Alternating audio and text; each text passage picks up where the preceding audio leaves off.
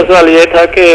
جیسے کہا کہ نہیں، نہ فرشتوں نے دیکھا ہے، نہ ابلیس نے دیکھا ہے، نہ پیغمبروں نے دیکھا ہے، اللہ کو کسی نے نہیں دیکھا۔ قیامت کے دن کہتے ہیں دیکھیں گے، دوسرے کہتے ہیں نہیں دیکھیں گے، اس دن بھی جھگڑا ہی ہے، اب تک کسی نے نہیں دیکھا، بالکل اللہ تعالیٰ کو کسی نے نہیں دیکھا، نہ اس کا دیدار نصیب ہوا۔ اس دن اختلاف ہے کہ اہل سنت کہتے ہیں اس دن دیکھیں گے، یہ شیعہ حضرات اور معتزلہ خوارج کہتے ہیں کہ اللہ کو نظر آنے والی چیز ہے،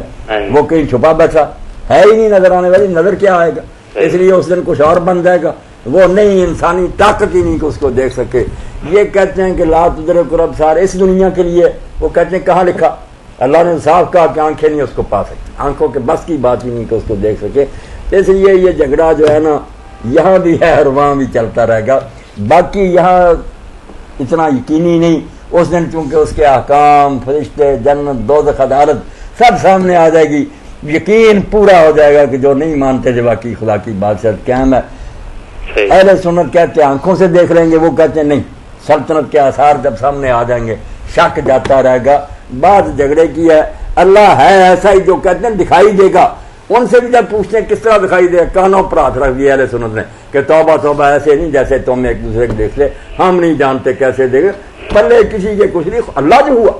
اللہ کوئی میری آپ کی طرح کا ہے کہ سمجھ میں آ جائے نہیں۔ مسئلہ سے ہٹ کے اللہ کے نبی نے اپنی زندگی میں ان کے متعلق کچھ بتایا نہیں، آپ نے بھی نہیں دیکھا۔ اچھا چلیں، بہت شکریہ بھائی، آپ کوئی آپ نے بھی نہیں دیکھا۔